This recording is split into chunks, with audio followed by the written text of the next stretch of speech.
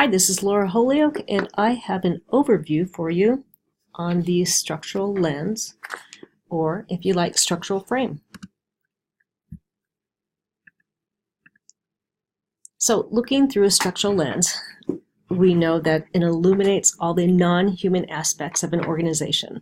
This is the most rational and visible manifestation of an organization. You will see why it's rational because humans are not involved in it, hypothetically. So there's several structural elements in organizations. These consist of the purpose, why the organization exists, the goals, outcomes, the vision and mission, a division of labor, meaning the tasks and roles, the hierarchy and the coordination of work, how decisions are made, the control systems within an organization, which includes the laws, rules, budgets, policies, the authority structure, supervision, evaluation, rewards, incentives, contracts, and accountability structures, and then resources, money, information, skills, time, calendars, and schedules. So I'm going to talk a little bit more about some of these coming up. So when we think of structure, we can think of building blocks in an organization, and that the right combination of goals, roles, relationships, and coordination is essential to organizational performance. This is what Bowman and Deal say. They also say if structure is overlooked, an organization often misdirects energy and resources, which leads to inefficiency and often to organizational decline. Every organization then has to decide on who does what. Bowman and Deal call this differentiation. So this is the division of labor, divided into various tasks that need to be performed, and how to allocate that work. So if you think of the most simple organization, might be a family, and the division of labor in terms of who does what. Maybe somebody does the cooking, somebody else does the cleaning, somebody else does the grocery shopping. Just a couple of examples. And then the integration is how that what gets done. So this is a sort of a coordination of efforts that group together, that can be grouped together by function.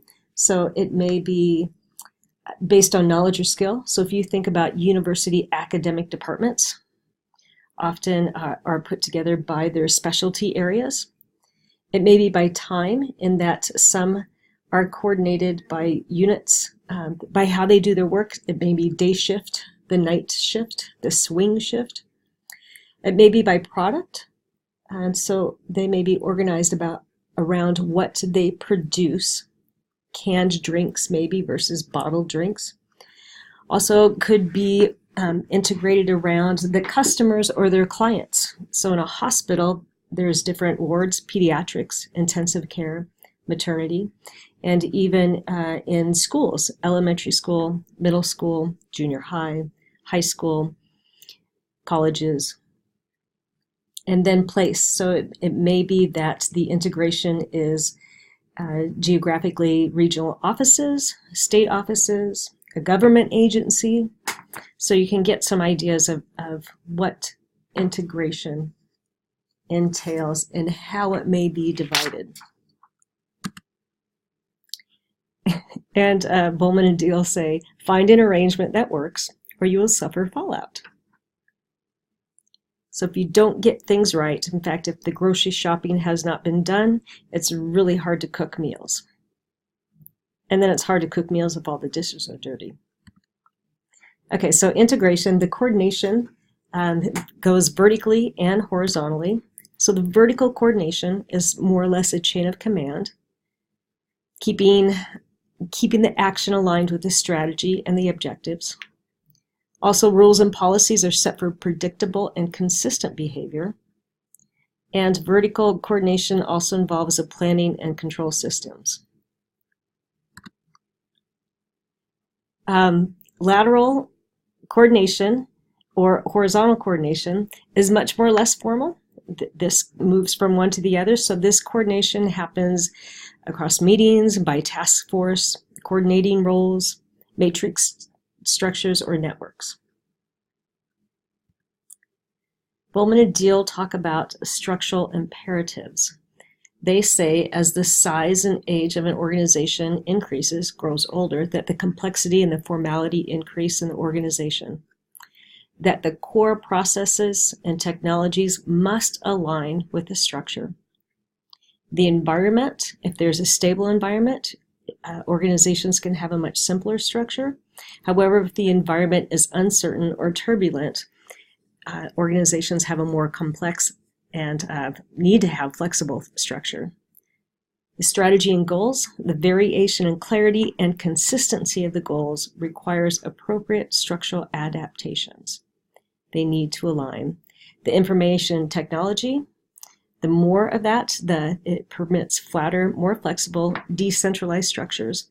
And then finally, the nature of the workforce. Sorry that this got cut off. The more educated and professional workers need and want greater autonomy and discretion. The less educated workers may need less autonomy and more direction. Every organization has its core processes, or what are called technologies. So all organizations have inputs, the technology or their core processes, and then outputs. So it's the idea of transforming raw materials into finished products. Input for universities is students that are not educated, and money if grants are written to perform them. The technology is doing the research on the grants, is educating students, and the outputs, graduates, educated individuals. The outputs in grants is the research and dissemination of that research. So another way to talk about inputs, outputs, and technology is that inputs are the raw materials and what happens inside every organization. It's also called technology, or the activities that go on, sometimes called a throughput. Every organization then has two kinds of technologies. It has core technologies and support technologies. Core technologies answers what an organization does, what everything is hinged on, what product it produces. So if we stay with organizations, that is producing research and producing educated students. However, support technology often happens, and this gets separated when external environment gets crazy. The organization will buffer the core technology first. Here's what's happened in many universities and colleges. It used to be that they not only offered education and research, they also ran their own dining services, residence halls, they did their own grounds maintenance, and that's not always done anymore because colleges and universities have gone to just supporting their core and then contracting out for the support technology. So paying in contracts, we have, I want to say Sodexo, but I think it's called something different. Marriott? Anyway, so all the food that's offered on university campus has to go through this contract. Likewise, we still at University of Idaho do our grounds and maintenance upkeep, but many institutions have hired this out to contracts. And the support technologies, Sodexo, Marriott, all have their core. So they do have a core technology. So Handy talked about back in 1989, and I think it started even before this, he called it a shamrock organization. He said in all organizations we'll have core workers, and core workers are the ones that carry out the core, the technology of organizations. They're fundamental and elemental to every organization.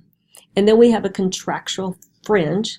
These are individuals or smaller organizations that are hired by a larger one, like food services. maintenance to do other things that need to be done so the organization can still function, yet it's not the organization's core. And then every organization has a flexible or a contingent workforce. And this is usually something like a regular help. These positions kind of come and go.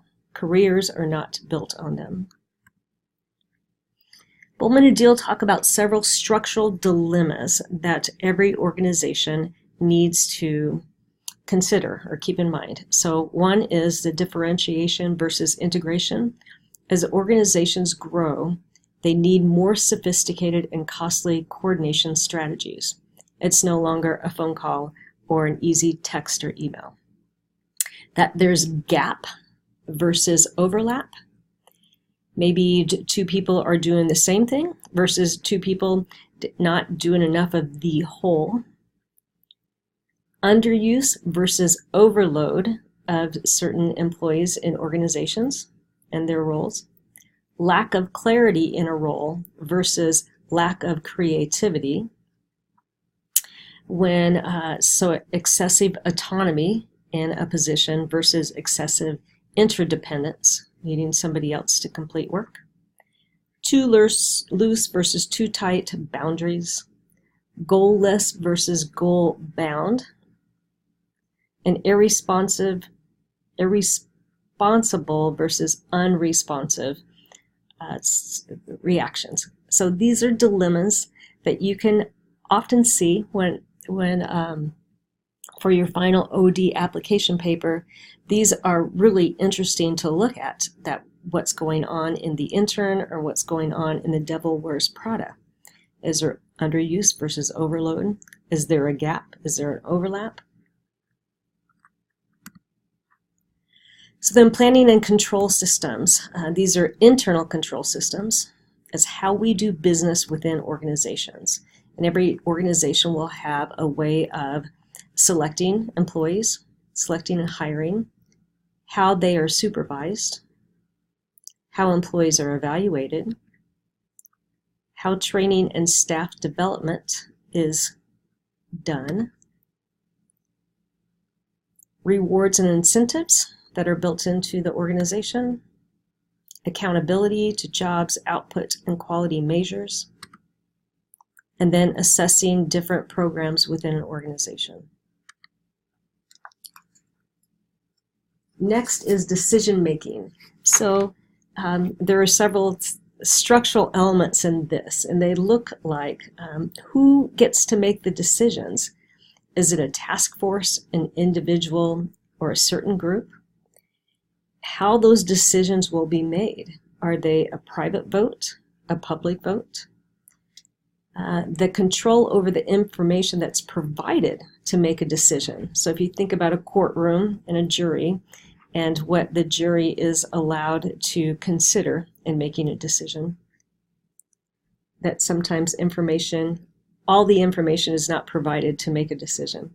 And then finally, control over developing the alternatives to be voted on, or solutions, or which alternatives will be offered that others can vote on. So just some interesting nooks and crannies in there. And then resource control in structures. So how money is controlled in an organization, how information is shared, how skills are applied, how time is controlled or thought of, calendars, whether we start at an academic year, a fiscal year, a calendar year, and then control over schedules. So the key concept in the structural frame is that organizational problems originate from inappropriate structures or inadequate systems and can be resolved through restructuring or developing new systems. It's making sure the machine is set up correctly. And then finally, under structure, the organizations really need to have resources. And it needs to have slack resources. And slack resources are discretionary. That's over and above what's required just to get the job done. And the resources can come in all different forms. It's not always money. That's all I have. Thank you so much.